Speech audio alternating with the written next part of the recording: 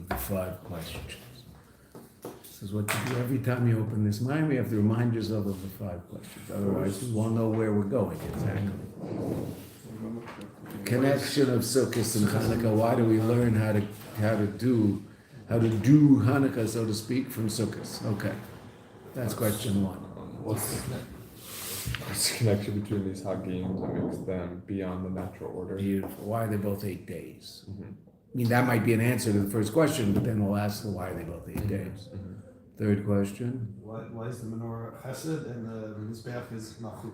Okay, well, that wasn't our question. What you're saying is true, even though it's not written in the Mimer. It's what I said. I'm glad that you think I'm as important to quote as the Lubavitcher Rebbe, but I think I'd quote the Rebbe first. The question was why even a more powerful question on the level of Sukkot and Hanukkah. Why are we learning how to commemorate the miracle on the menorah that happened with the menorah from that which happens on the mizbeach? Because they are 2 completely different kelim. In brackets, the Rebbe says, especially Al Pi Kabbalah and Chassidus, and that we explained that that's the menorah's chesed and the mizbeach is malchus, right? But the Rebbe doesn't say that. The Rebbe just hints at that. But yes, that's the question is why? How do we learn? It's a more specific question 1. Question 1 we ask generally, why do we learn Hanukkah from Sukkot? In question 4 we ask, why do we learn how to commemorate a miracle with the menorah from the mizbeach? Third question. Is why do we celebrate a 7-branch miracle with an 8-branch menorah? There was a miracle with a 7-branch menorah, and we celebrated with an 8-branch menorah. That's funny. 5th question. 1 word. Time. Right? We light it late, so to speak. Now we answered the 2nd and the 5th already. Why is it an 8-day holiday? Because it's all about a level of reality that's beyond nature, which was revealed during the miracle of Hanukkah, and therefore Hanukkah is all about illuminating the dark, or the other way around. Hanukkah is all about illuminating the dark, therefore there is a necessity of a miracle beyond the normal distinction of light and dark, which is a function of the natural reality. Okay. Then in Gimel, the Rebbe explains that in Avodah. And what's that in Avodah? So we got down to the end of Gimel, but we said we were going to do the last couple of lines again, just to make sure we understand the 2 different ways of describing Chukim. The Greeks were not necessarily upset about the fact that we should keep Torah and mitzvahs in general, as long as we do them on some cultural level, right? Learning Torah, no problem with learning Torah. What bothered the Greek? Torah secha, mashkicham Torah secha, your Torah, that we should focus on the elokusim Torah. That bothers the Greek. Chukei ritzonecha, dafka, those mitzvahs that are not based in rational thought, and those mitzvahs which are simply a function of ritzonecha, your will, as opposed to cultural expression, right? Commemorating things that happened in our history, certain things that every culture does that's some sort of statement of their connection to each other, right? Okay. I mean, Trumas and Meisers wouldn't bother them. There's going to be a class that's a slightly more respected class than everybody else, and everybody should give tithes to that class, etc. I don't think would that bother a Greek. Why would he be bothered? I would imagine that the intellectual class, the citizens.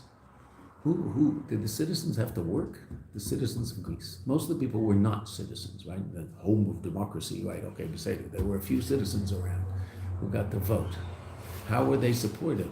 Were they supported, I assume, by the average folk? There were multiple classes in the Greek citizens. Yeah. So the highest class was, of course, the senators and those who were the government. Even they ran what you call plantations today. Oh, yeah? Slaves. Oh, yes. So they'd make a living. And they were taxed very heavily, actually. Yeah. So they wouldn't necessarily. So it wasn't necessarily a class that was taken care of by everybody else. Not in the I know. But they certainly had an idea of class society, which wouldn't bother them. Yeah, it wouldn't bother them. Right? Okay. we got down to Shnei Perushim. I mean, we already read it, but I want you to see it again. The inyan of Chukei Ritzonecha, Shnei Perushim B'zeh. All of Dalet is based on the second Perush. Sha'ala mitzvahs to Eidus and Mishpatim. Regarding the mitzvahs of Eidus and Mishpatim, Eidus, of course, what are Eidus? Witnesses. Okay, what is that? What?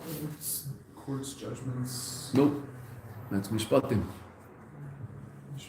What are Eidus? It's not Eidus, which is testimony, Eidot. What are Eidot? Give me an example of a mitzvah that's part of that group called Eidot. Eidot is like kashrus or shatnez. Nope, that's Chukim. Those are Chukim. Opposite of Eidot. Chukim have no basis in rationale. Eidot do. That's what we just said. Eidot and Mish. What? You mean shotness? No, that's Don't Chukim. murder. Oh. No, that's Mishpatim. Boy, am I glad I asked this question. Maybe it's like the holidays. Maybe it's like the holidays. Oh. All of the holidays. So it's Testify to commemorative. let's not talk because we now will learn about it and now we'll know. Right? Eidos are those activities that we do that relate to events in the past, testify to miracles that happened to us in the past, etc., etc., etc. Pesach, Shabbos is an Eidah relative to the Eibush creating the world. Okay, those are Eidos. Okay, so they don't necessarily have any problem with that. I'm sure the Greeks have holidays celebrating, some strange deity's birthday and the day that deity, won a polo match or something. I mean, who knows? Whatever it is that they do. So those are Eidos. And Mishpatim. Mishpatim are those mitzvahs that resonate in Seichel. Don't steal, don't murder, etc. Basic legal system that property law, every society has to have such laws. Liyosem, because they are mitzvahs sichliyos, mitzvahs that resonate in intellect. Therefore, hiskimu kama Yavanim. The Yavanim had no problem with those. They agreed. V'kol milchamtam, and their battle was haisa keneged mitzvahs techukim. Chukim, shatnez, bris milah, kashrus, paraduma. They probably wouldn't have. Who knows if they even knew about that one? I guess they probably did. Mikevin she'oifen kiyuman, because the tuman tara b'chalal, even though it's going to be hard for them to enforce laws against the laws of tuman tara, but okay, besides that whole idea, tuman tara is obviously something that's completely beyond intellect. Mikevin she'oifen kiyuman, because the fashion in which we fulfill those mitzvahs hu rak mipnei shem ratzon avaya, is only because they're the ratzon of HaKadosh Baruch Hu. Right? The Yeshiva said to do it, so we do it. Whereas there are other things that theoretically, the Greek might think this, that we do it because it makes sense. Okay, now obviously that's hopefully not why we do it. Right? Uperish beis, and the second explanation of their allergy to chukei ritzenecha, ba'omek yesa, on a deeper level, the zema shebikshu lavira michukei ritzenecha, that which they requested to move us away from the statutes of your will, b'chol mitzvahs, is relative to all mitzvahs, gamba mitzvahs the edus mishpatim, even the mitzvahs the edus mishpatim. And again, not that we can't fulfill some of those mitzvahs, but rather that we should do those mitzvahs only because they are they make sense, as opposed to them being an expression of God's will. Right? Meaning they wouldn't mind us learning Torah as long as we don't learn Torah within the context of understanding that it's God's Torah. Okay, and that's going to be what the Rebbe explains in Dalet, which is a very important understanding of the idea of what a mishpat is. Chukim, mishpatim. Now, some of us saw this in Zois Chukas, something similar, but same topic, but from a different point of view. V'yuvin ze al pi ha'yadua. This can all be understood. Here, look, first of all, footnote 36 is important, actually. Let's look at footnote 36 before we go further. Okay? V'chein le'idach, similarly the opposite. In other words, not only did the mishpat and the mishpatim and the eidos bother them if we were to do them because they're the will of HaKadosh Baruch Hu. So then there's a flip side to that coin, and the Rebbe explains it. Shiskimu that they agreed, they had no problem with Gam al Kiyum, the fulfillment of a mitzvahs techukim, mitzad zesha seichel mechayev, as a result of the fact that intellect demands sheyeshna minyonim shelamayla miyasech, that are beyond intellect. Meaning, if you can explain rationally why you're doing something, why you're not eating milk and meat, because I want to make an intellectual statement of the fact that I realize that there are certain things that intellect doesn't understand, that are beyond intellect, and I want to make that statement. Oh, so the Greek is fine with that. There's no problem. If you can explain rationally why you're doing what you're doing, fine. As long as you leave God out of it, the Greek is fine. He's happy. Visnagdusam, and their opposition, gam lemitzvahs elu, haisarak shelo yekaymeisam mitzad zeshem ritzoinecho. What bothered them? Chukei ritzoinecho, that it's the ratzon of the Eibishter. That bothers them. Now we'll see that ultimately our performance of every mitzvah should be from that place. Therefore, they're also going to have problems with mishpatim. Let's see. V'yuben zalpi yaduah shegam mitzvahs de'edus mishpatim tzarich lekayim. A person has to fulfill those mitzvahs, be'ikr, essentially, miknei Hashem ratzon Hashem. K'may chukim. Why? Simple shot. Why doesn't a Jew steal? Because God said don't steal. Not because it makes sense that society shouldn't have people running around stealing things, because if that's the reason, I can always rationalize the fact that in this particular instance it's not a bad idea and it's not so terrible and maybe I can steal something. Right? And that's certainly easy to do.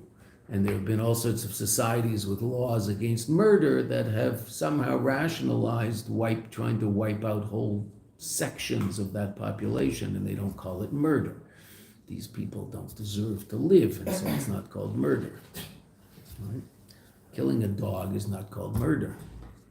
So if you define people as less than people, so then it's not really a problem, is it? Right? Whereas if you don't murder because God said don't murder, then you just don't murder. But then the Greeks have problem. What? But then the Greeks have problem with us. If that's why we're not murdering, because God said so, yes, absolutely. We're going to see, even the Mishpat. But now, there's two different ways in which I can perform the mitzvah, mitzad the ratzon of HaKadosh Baruch Hu. And the Rebbe is going to teach us which is the first way, which is not the ultimate way, and the second way, which is the way we should be performing mitzvahs. The inyan zeh, this idea, it's a very subtle point, so we'll read it slowly, and there's a lot of Hebrew syntax here. The inyan zeh, shegam ha-mitzvahs, that also those mitzvahs, sheyesh aleim tam, that they have a reason, mishpatim. A person has to fulfill those mitzvahs not because of the intellectual understanding, but rather because it's the will of Kadosh Baruch Hu. This is not only from the vantage point of the person being Mekayim the mitzvah. In other words, and we'll see how the Rebbe explains this, first we'll say it outside. A person can say as follows: this mitzvah makes sense. Perfectly reasonable. I understand exactly why it is I shouldn't murder. But I'm going to transcend that, and I'm going to not murder because the Kadosh Baruch Hu said don't murder. But I certainly understand that it makes perfect sense not to murder. So that, therefore, turning that into a choik, so to speak, turning that into something that's relevant to the ratzon of the Kadosh Baruch Hu as opposed to the intellect of me, is me. I'm doing that. I am saying to myself that the reason I'm doing this is not the intellect of it, but the ratzon of it, the will of it. Okay, so that's good, but there's a higher level. Shakim ha-mitzvahs shalom. Sarach liyos, and this is why the person is saying this. He's saying his performance of mitzvahs, sarach liyos, has to be b'derech avodas eved, like the service of a servant. Shezehu davka, and that is specifically when kishimakayim a mitzvahs, when a person fulfills mitzvahs, loy mitzad hatam v'seichel, not as a result of the reason of the mitzvah and the intellect of the mitzvah, and the intellect of the person doing the mitzvah, ki mitzad sivui adam, but rather as a result of the command of the master. So that's the first way. The mitzvah really resonates in seichel. But I'm overcoming that and doing it for another reason. And it's all, as a result, it's all of coming from me. It's not a function of what the mitzvah is, it's a function of how I'm relating to the mitzvah. The mitzvah, mitzvah itself, is indeed an expression of intellect. I'm just not relating to it that way. I'm relating to it as an expression of will. That's one way. Then there's a deeper way. Elo, the Rebbe says rather, gam mitzvah mitzvahs. Also from the vantage point of the mitzvahs themselves. Ki kol mitzvahs, all mitzvahs, gam a mitzvah sheyesh aleim tam, even the mitzvahs that have a reason, hem ritzeni yisbarach, they are also, at least, also the ratzon of HaKadosh Baruch Hu, ratzon shel amayla miatam, a desire, a will that is beyond reason. Ratzon is a power in your soul that is higher than your intellect. So too, the Ratzon of HaKadosh Baruch Hu is a level beyond that level of HaKadosh Baruch Hu that you and I refer to as Chokhmah, wisdom. Keser is the sphere of Ratzon, and that's higher than Chokhmah and the source of Chokhmah. V'rak, now the Rebbe says something very important. V'rak shekach gazar HaKadosh Baruch Hu. But it's only because HaKadosh Baruch Hu decreed sheharatzon de mitzvahs elu, that the will of these mitzvahs yislavesh gam batam, will also be clothed in reason. In other words, there's another side to this coin that we also have to discuss, but it's based on this. A mishpat. What's the true source of a mishpat? The Ratzon of HaKadosh Baruch Hu. Some aspects of the Ratzon of HaKadosh Baruch Hu descend below, so to speak, and are clothed in intellect. And some of them descend so far down in intellect so that they're actually clothed in human intellect, so that you and I can actually understand, based on human intellect, some reason for that behavior or lack thereof. Right? What I'm doing or not doing.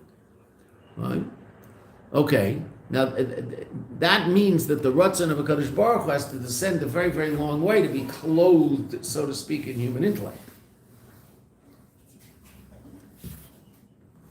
And that you and I call a mishpat.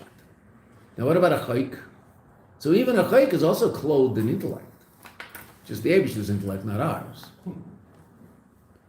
There is a level of chokhmah which understands paraduma, the ultimate chayk. As a matter of fact, Moshe Rabbeinu understood paraduma. Shlomo Melech tried and said he didn't quite make it. He couldn't get there. Lo Allah biyodi, he said. It didn't go up in my hands. But he tried. Moshe Rabbeinu understood. For Moshe Rabbeinu, paraduma wasn't a chayk. It was a mishpat. Why? So the Rebbe doesn't talk about that here, because the Rebbe is talking about this. The focus here is on the mishpat down here. The focus in Zeis Chukas is on the choik up there, right? So what is the choik up there? Also mishpat, meaning Chachmas Hashem understands why it is that He wants us not to have wool and linen together. As a matter of fact, wool and linen is a very interesting example of the fact that there's a certain intellect that is also found even in the chayk. It just doesn't necessarily descend all the way down into human intellect. So human intellect can't find any reason not to put together wool and linen. If you go into the laboratory and check out, there's nothing happening by virtue of the fact that there's wool and linen there. It's completely metaphysical, it's completely spiritual, the negative reality of wool and linen together. It can't be explained based on physical intellect. Right? Put it in the laboratory, nothing happens. No problem. Okay. But interestingly enough, there is a level in which human intellect can understand the spiritual issue of wool and linen, very simply. Right? Cain brought a sacrifice. What was it? What did Cain bring? Flax. What's flax? Linen. Hevel brought a sacrifice. What was it? Sheep. What sheep? Wool. Those two don't seem to go together very well, do they? On some spiritual level, because that certainly caused rather great deal of mayhem in this world. Okay, now what's the spiritual understanding of that? I don't know. Right? Chassidus and Kabbalah will explain what wool is and what linen is, but that's all spiritual. In physicality, does that mitzvah resonate all the way down into human intellect so you and I can explain rationally why it's not a good idea to put together wool and linen? No, absolutely not. Can it be explained on a more metaphysical and spiritual level? Yes, it is. There is a seichel of it, just not down here in Olam Hazeh. So you and I call it a chayk. So there is a seichel even of the chayk. It's just generally that seichel does not descend down into human intellect. So you and I call it a chayk. Might it descend down some worlds? Yes. Paraduma is in one place and one place only. The ultimate chayk. Chochma d'Atzilus. The level of chochma in Olam Atzilus. That's the only level of chokhmah that can understand paraduma. The angels do not understand paraduma. As wise as the angels are, up there in Olam HaBriya and Olam HaYetzirah, they cannot explain paraduma. Might they be able to explain shatnez? Yeah, sure, why not? They'll be able to explain that. Because it descends down to a lower level. Whereas paraduma, they won't be able to explain. But Moshe Rabbeinu got there, because Moshe Rabbeinu's conscious reality was in Chochmat Atzilus. That's where Moshe lived, so to speak. Moshe's conscious reality was paraduma, which is really quite astounding. And I mean, that the reason we know that is because that brings up a great question as to how it is that Moshe gives us the koyach to fulfill the mitzvah of paraduma. It's called Paras Moshe. Right? So what's Moshe got to do with paraduma? For us, it's a chayk, it's a mishpat. How can he possibly give us the koyach to do that which we have to do with that mitzvah? Okay. Great mimer, Zois Chukas. Maybe, Bezrat Hashem, we will definitely learn it at some point. Whether the people sitting here now will still be here, I don't know, but at some point we'll learn it in this room. Right? Me and my little stand here and my phone. Who else? I don't know. We'll see. You never know. Okay. So even the mishpat is a rotzin. And if it happens to be that rotzin descends down and is clothed in intellect, ad kedei kach, to such an extent that it's clothed in human intellect, so then you and I can understand it. But even that, the Rebbe is going to take issue with, relative to our understanding of it. Right? Furthermore, elashigam tamei mitzvahs, even the reasons of the mitzvahs, kamei shem lamitosav, as they are truly, they're beyond the understanding of human intellect. What's the real tam of don't murder? I don't know. What does infinite chokhmah think about not murdering? I have no idea. I know what finite chokhmah thinks about not murdering and can explain very clearly why murder is a bad idea. But is that the reason the Eibishter says don't murder? Why in the world would I think that? That's what human intellect understands. Is that what godly intellect understands? I mean, we can understand that just in the simplest mashal, which is two different levels of limited intellect, one more sophisticated and one less sophisticated. When a parent tells a child not to do something, so the child has a certain understanding as to why it is that he shouldn't do it. Is that the parent's understanding? No, well, the parent probably has a much more sophisticated understanding as to why not. And he probably tells the child a very simple and basic understanding, right? So the kid will get it. So he'll do it anyway, but I mean, no, at least he now understands why he shouldn't, so he'll feel guilty when he does. It'll be even more fun. Right? Okay. So the Eibishter has a certain understanding as to why murder down here is a bad idea. What is that chokhmah? I don't know. How would I know that? I don't even know what angels look like. So how in the world would I know what the Eibishter thinks? Now, I know what he wants, which is interesting, even though Ratzon is higher than chokhmah. I do know what he wants, because he told me. He told us, don't murder. So we know exactly what he wants. Up there, not down here, up there. We know what his Ratzon is. Don't murder, down there. That's his Ratzon, so to speak, up there. Okay, why? I don't know. That I don't know. The why up there, I don't know. So it's really interesting, because I can actually connect to a level higher than Chokhmah, called Ratzon. Why? Well, it's revealed. Told me. Yeah. Does our Ratzin connect to his Ratzin, or does it connect to his Chachma? Or we just can't understand it? His Ratzon, which is really quite astounding. Right? That you can actually do what he wants. And when you do what he wants, Ratzon is a very, very amazing power of the soul that's very different than the other powers of the soul. Such that when you have a desire, to take a sip of coffee, which I'll do in a minute, because I do actually have a desire to take a sip of coffee, so I might as well make this real life, right? Okay. When I so are you or me? I'm not talking about me because I want to talk about me. It's just I'm the guy with the cup of coffee. If you had a cup of coffee, Moshe, I'd like to be about you. But you don't have a cup of coffee. When I want to have a sip of this coffee, so what happens? Do I have to tell my hand to pick up the cup and move it to my... No, my hand is completely bottled to my Ratzon. Now, this is obviously if my neurological system is working properly, right? Which that's how we define things when they're healthy. Okay. So my hand will automatically reach out to the coffee, bring it to my lips. My lips will do whatever they have to do to make sure that I don't spill the coffee all over my shirt. And what's going on inside my mouth is going to do whatever it has to do to make sure that the coffee goes down to my stomach. And, the part that you enjoy is actually happening in your mouth with the taste buds on your tongue. And then you enjoy the fact that you're not falling asleep in class a few minutes later. I don't know how long that takes. All right? Yeah. Okay, so that action is a function of this being completely bottled to that thing called me. Now, on one hand, this is me. Because you could go like that and I go, why'd you hit me? Right? That's a perfectly reasonable thing to say. On the other hand, I could also say, why'd you hit my hand? Yeah. Because it's not exactly me. Because I don't want to do without that, Reuven. Reuven could theoretically do without his hand. Reuven doesn't have a hand, okay? Is Reuven any less existent than someone who has a hand? Of course not. So his hand isn't really him, but it is. Okay? It's completely connected to him and is completely bottled to him. And is an extension of him. Okay, when you and I do a mitzvah, what happens? Instead of my Ratzon saying, pick up the cup, what is my hand now for all intents and purposes? Well, the Eibishter's hand. Which is why a mitzvah comes from the root tzavta, to join.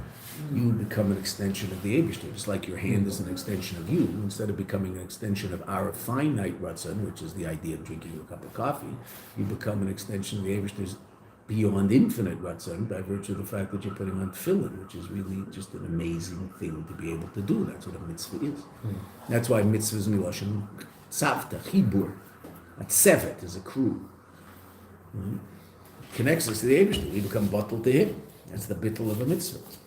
Now, because we have a nefesh habahamis, so then you have to tell your hand to do it.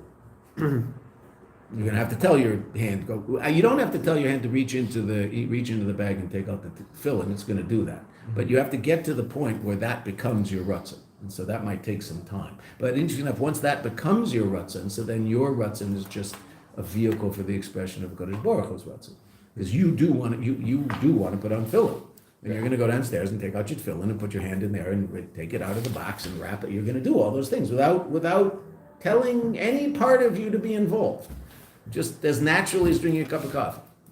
Wow, that's pretty amazing. Hopefully the tefillin tastes better than the coffee. That's why we don't use coffee as a mushroom. We sometimes chocolate pudding. That's then it's stuck on a battle. But coffee, coffee's good, but. Like that? Isn't Ratzon like going away or something?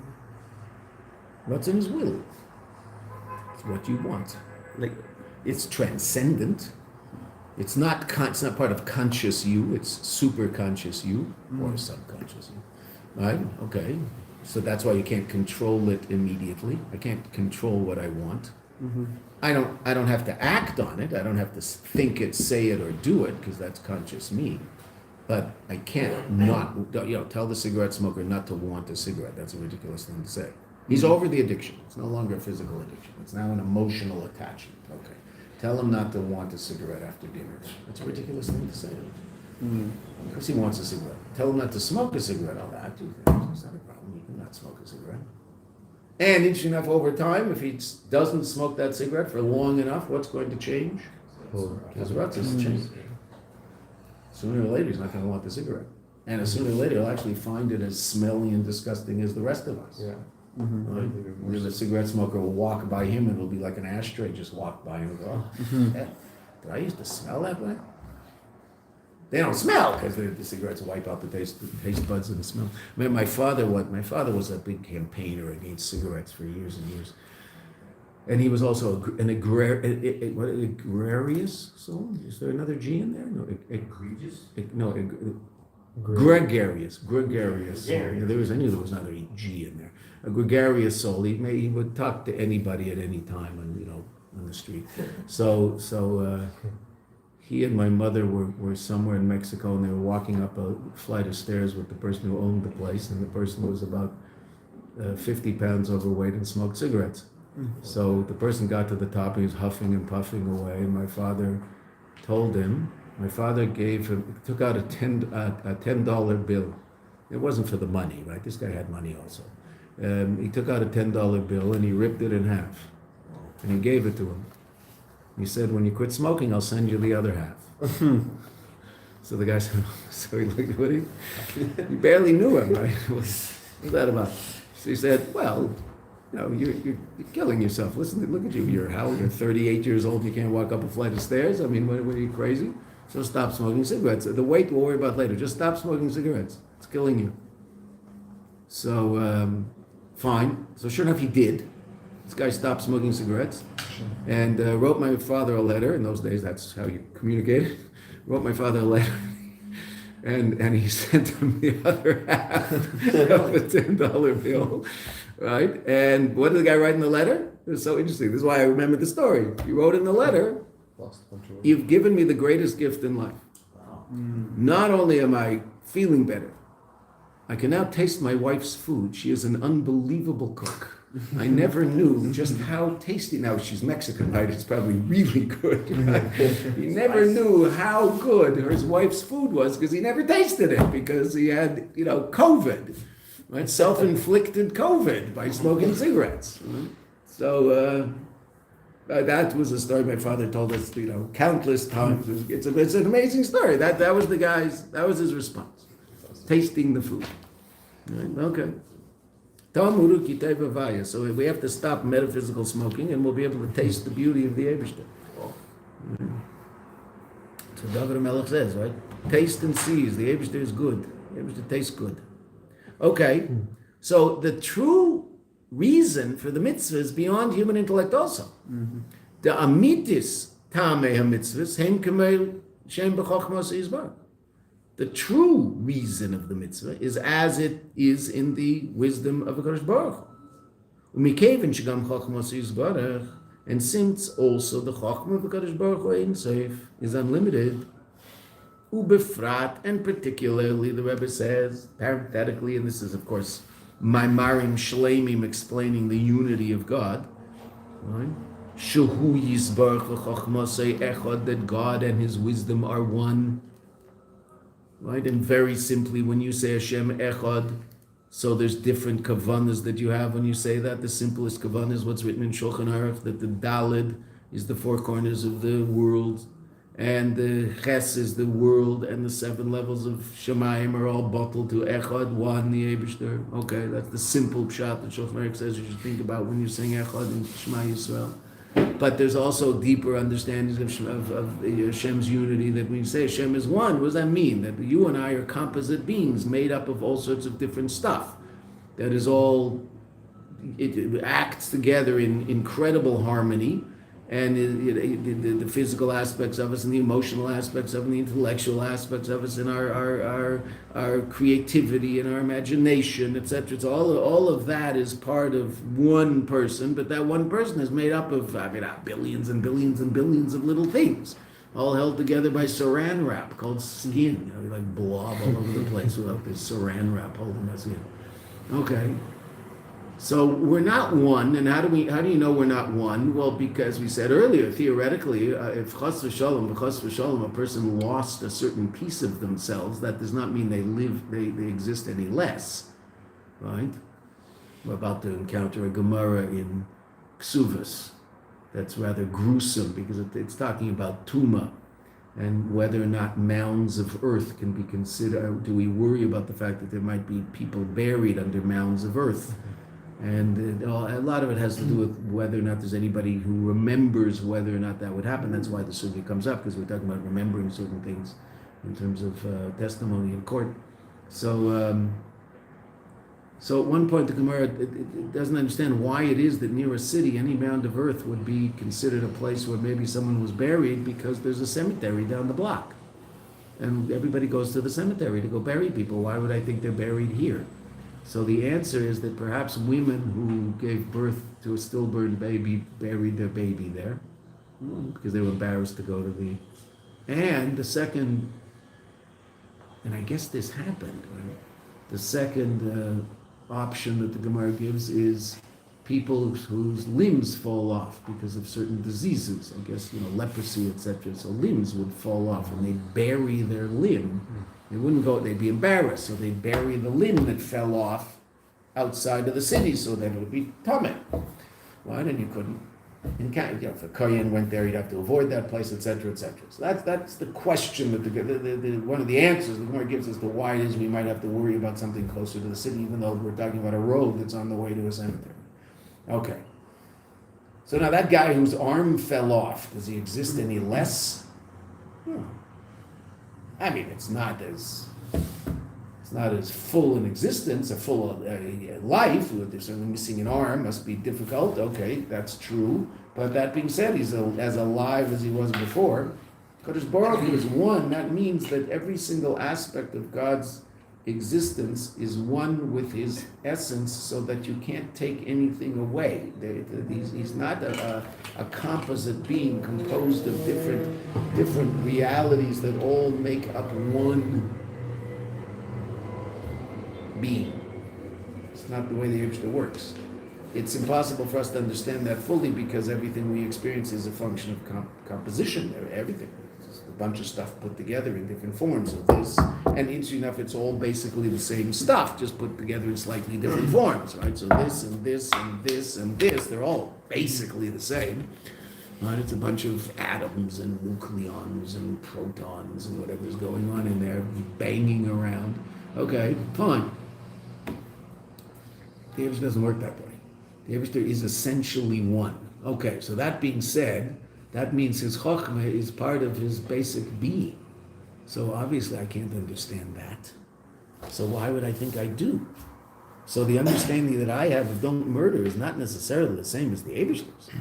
Or ain't shayach, it's not relevant. It's just seichel mugbal.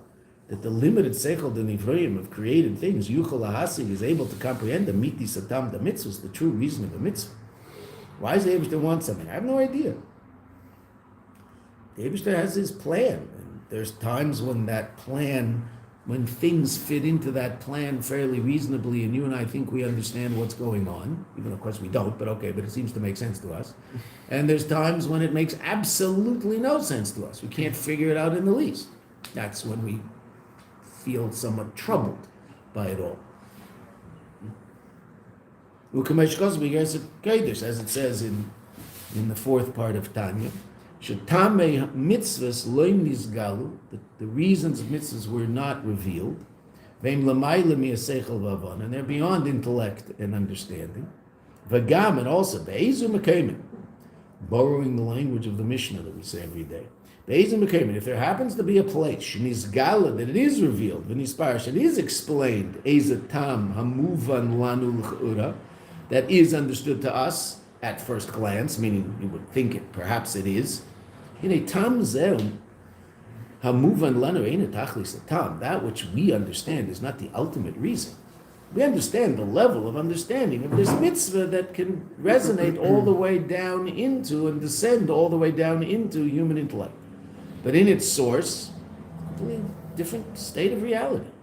The inyan zeh, this reality, this idea, shahatam hamuvan lanu eina tachlis tam, that the reason that's understood by us is not the ultimate reason.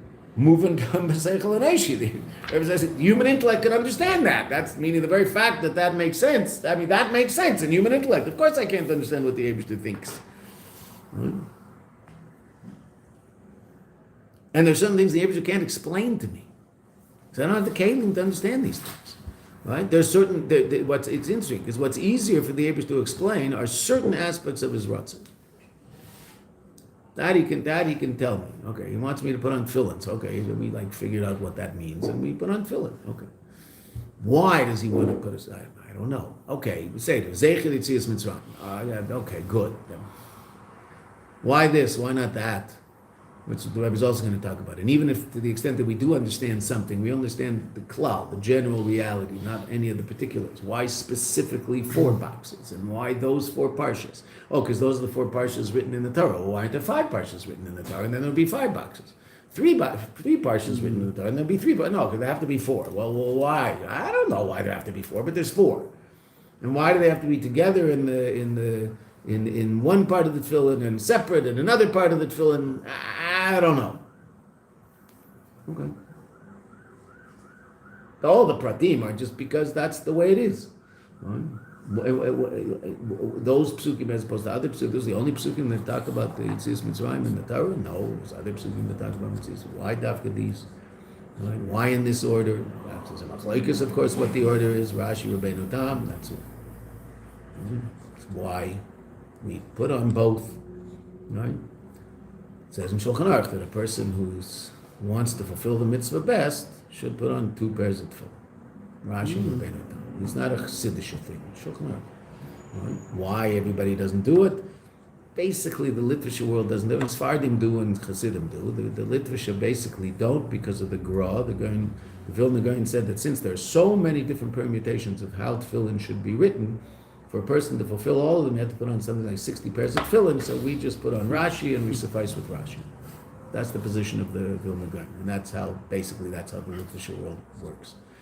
Right, based on that. Right, so Chassidim put on 2, Sfardim put on 2. Some people put on 4. The Rebbe put on 4 pairs of tefillin because there's 4 basic sheets. I only know one person who the Rebbe told to put on 4 pairs of tefillin. He's no longer in this world. There's a shaliach here in Eretz Yisrael, Zimroni Chick. As a bacher, the Rebbe told me to start putting on 4 pairs of tefillin. Interesting guy. An Israeli Baal Tshuva. We told him to put on 4 pairs of tefillin.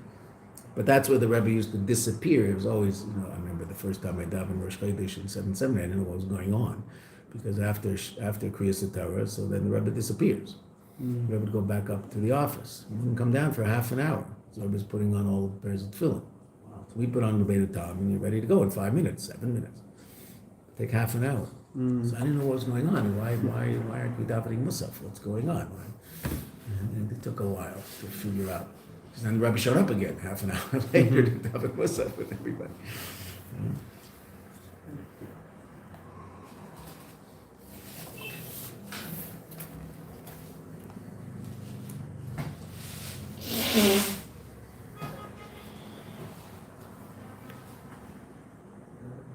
So even human intellect can understand what we're talking about.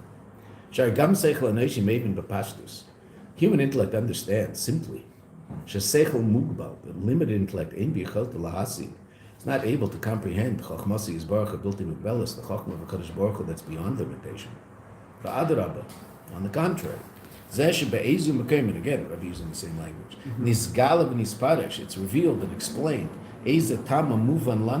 Some reason that's understood by us, who pelagodol, that itself is absolutely wondrous.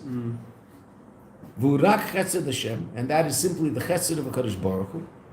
Shegam seichel ha'adam, that even human intellect, will have some comprehension of something that's ultimately completely beyond it. But the Eibishter puts it in our head. And what does the Eibishter call that? A mishpat. That's called a mishpat. And why now? But it's very, very important to understand, especially, it's obvious based on what we just read, but it's important to understand, right? Why do you and I understand the mishpat? Because the Torah calls it a mishpat. It's not called a mishpat because you and I understand it. You and I understand it because it's called the mishpat. What comes first, the Torah or our intellect? Torah. The Eibishter looked in the Torah and created us, so to speak, right? I'll say, look in the Torah, created the world. Okay, so the fact that you and I understand something is because the Torah calls it a mishpat, which means the Torah tells us that this level of intellect this level of godly intellect has descended down into human intellect. So therefore, you and I understand it. So if the Torah were to call shatnez a mishpat, then you and I would have some intuitive understanding of shatnez. We don't, because it's not a mishpat. But were the Torah to call it a mishpat, then we would have an intuitive understanding. It's not called a mishpat because we understand. We understand because the Torah calls it a mishpat, because the Eibishter looked in the Torah and created our intellect. Or even some of the mishpatim weren't like considered intellect, in the ancient world. Like they wouldn't have understood don't steal the way that we understand it now because of societal rules. You understand what I'm saying? That was the evolution of basically human intellect to understand I this don't know mishpatim. about that. I mean, you read about people a long time ago named Lavan, and right? Yeah. Last week's parsha, what were Lavan's kids talking about? Who stole our stuff. Yeah. Now, so I mean, they were, they weren't primitive, right? But, if we want to think they were, well, they were a long time ago, right? I mean, it wasn't, the idea, I don't imagine, even in terms of, so to speak, the evolution of it all, I don't imagine it took very long for people to realize that stealing wasn't a good idea, right? I mean, Shem and Aver probably figured that all out. I mean, the world was destroyed because people were busy stealing things from each other, and so therefore, obviously, there was some understanding in the world that was not the way to be, because the world was destroyed as a result of it. So how could they be punished for something that they couldn't possibly understand as an improper way of acting? Mm-hmm. Right? I mean, are we going to punish monkeys for stealing bananas from each other? I don't think so. But yes, the whole human race was wiped out because they used to steal from each other. So I guess intuitively they should have understood. It's not fair for the Eibishter to wipe them out if they didn't understand that. So I assume they understood that and they did it anyway. So the Eibishter said, okay, you guys are gone. We're going to put the world in a mikveh and we're going to start again. Mm-hmm. Could you also say that stealing the fruit of knowledge was considered stealing? Or eating part of the Well, I mean, it's stealing on a certain level, but I mean, not really. Yes, it belongs to the Eibishter. I mean, it's stealing on the same level that eating something without a bracha is stealing, which is what Chazal said. Hashemayim Shemayim Hashem, ba'aretz nasan livnei Adam. Right? The Shemayim belongs to Hashem and the Aretz to us. But other psukim say Shemayim Aretz are all the Eibishters. So when does the Aretz become ours? When we make a bracha, so the Eibishter gives us that apple, gives us the right to eat that apple. Until we make that bracha, the apple's his. We're stealing it. As soon as we make the bracha, it's like asking, excuse me, could I take this? And he says yes. He says amen to the bracha, so to speak. So the Gemara brachas, right, about conflicting psukim. Is this realm, is it ours or his? Well, it's his. Well, how come it says Aretz Nasan Livnei Adam? That he gave it to us. He gave it to us after the bracha. It's one of the reasons. But the Gemara asks in the beginning of the sixth parak of brachas, what's the source of brachas? Brachas and neni. What's the source of them? They can't find a source in any pasuk, and they just say it's svara. It's just logical. That it all belongs to God. That you should ask for it before you eat it. That's what the Gemara says. They look at pasuk. It's a whole amud. Pasuk after pasuk after pasuk, maybe this pasuk, maybe this pasuk, and every attempt is thrown out. And the Gemara just ends up saying it's a svara. It just makes sense. That if it all belongs to the Eibishter, that you should ask him before you eat it, or thank him for it before you whatever. Right? So you say Baruch Atah. Then the whole rest of the parak discusses what you say on what. And half of the things they're talking about you have never heard of them. And you look up the English, you never heard of that either. What's a lupin? Rabbi, could you say that certain events in this world that are horrific events, like the Holocaust, and you say, oh, well, we can't understand it. Is that similar to the concept of hope? Absolutely. That's coming from a place that's beyond human intellect, and we'll never understand why the Eibishter would allow something like that to happen. It doesn't make any sense to us. Right? It's the one question we can't explain. Right? We can explain almost everything. Right? We really can. It's quite astounding. Based on Torah, you can explain almost everything that happens. accept why, that so to speak, why bad things happen to good people. Meaning that hefkeris we can't explain. Whereas if you don't believe in God, that's the only thing you can explain. That makes sense. Why not?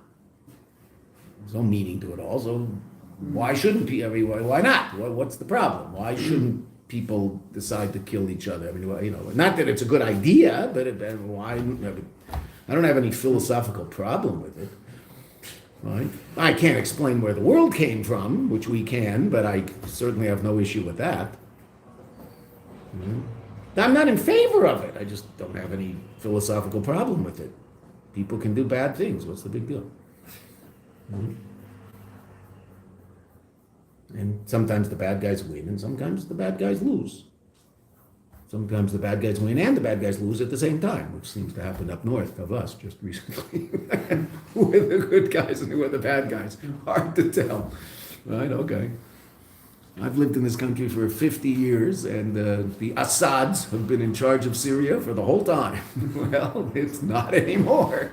It's a new day. Okay, what's going to be? Who knows? I assume these guys are just as bad as the guys that they kicked out, right? Okay, so sometimes the bad guys win and the bad guys lose. That's the way it goes. That's the world. Okay, that's not a problem if you don't believe in God. Right? It's an issue if you believe in God, and we can't explain it. There's an amazing letter. I'll finish with this, and then we'll pick up tomorrow. There's an amazing letter to the Rebbe. That the Rebbe, it's clear that the person who wrote the letter was asking about the Holocaust and had been through the Holocaust, and asked the Rebbe what that was all about. And the Rebbe spends 2 pages explaining that the Yeshiva created the world with a purpose in mind, and everything necessary for the fulfillment of that purpose exists in the world. Otherwise, it would be ridiculous to ask us to do something that we don't have the ability to do. You don't ask someone to bake a cake and not give them flour.